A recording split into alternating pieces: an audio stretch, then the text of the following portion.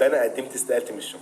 تعال احكي لك ازاي ده حصل، وهقول لك كمان ايه كانت خطتي وازاي قدرت اعمل اول دخل سلبي، وهوريك بالارقام انا بكسب كام. واذا كملت الدوره دي للنهايه هدي لك 3 اسرار ساعدوني ان انا اعمل اكتر من 10000 دولار في الشهر، وانت كمان ممكن تطبقهم من بكره. بعد ما كنت محتار ارفع الكورس على انهي منصه، وبعد ما كتير منكم رشحوا لي منصات كتير، اخترت منصه نظم لي لان ناس كتير شكروا فيهم وفعلا لقيت خدماتهم كويسه. ومش بس في امكانيه لبيع الكورسات، ده كمان في امكانيه لبيع المنتجات الرقميه. وانا قررت اني مش هكسب في الرحله دي لوحدي، انا هخليك تعمل فلوس معايا انت كمان ومن غير ما يكون عندك كورسات او منتجات رقميه، وهقول لك ازاي في اخر الفيديو. وكنت واقف بقى على شويه خطوات تانية مهمه جدا. خلاص الكورس جاهز ومرفوع، وهنا بقى جدول المعادله اللي الراجل طبقها على الشغل بتاعه. بس عشان اطبقها انا كمان كان قدامي طريق طويل بيبدا من تجهيز الفانل، وده لوحده كان موضوع كبير هو كمان، ومحتاج برمجه خاصه وحاجه صعبه، لحد ما اكتشفت سر غير معادله البرمجه تماما وخلاني اعمل فانل. الناس بقت بتسالني انت عامل الفانل ده ازاي بالجوده دي، والموضوع خد اسبوع متواصل من البحث لحد ما لقيت الكنز ده. بس عشان انت كمان تستفيد معايا وما كنتش لوحدي في الرحله دي، انت كمان عندك فرصه تعمل 10000 دولار واكتر. لو سبت اي تعليق هبعت لك الطريقه وتكسب معايا انت كمان.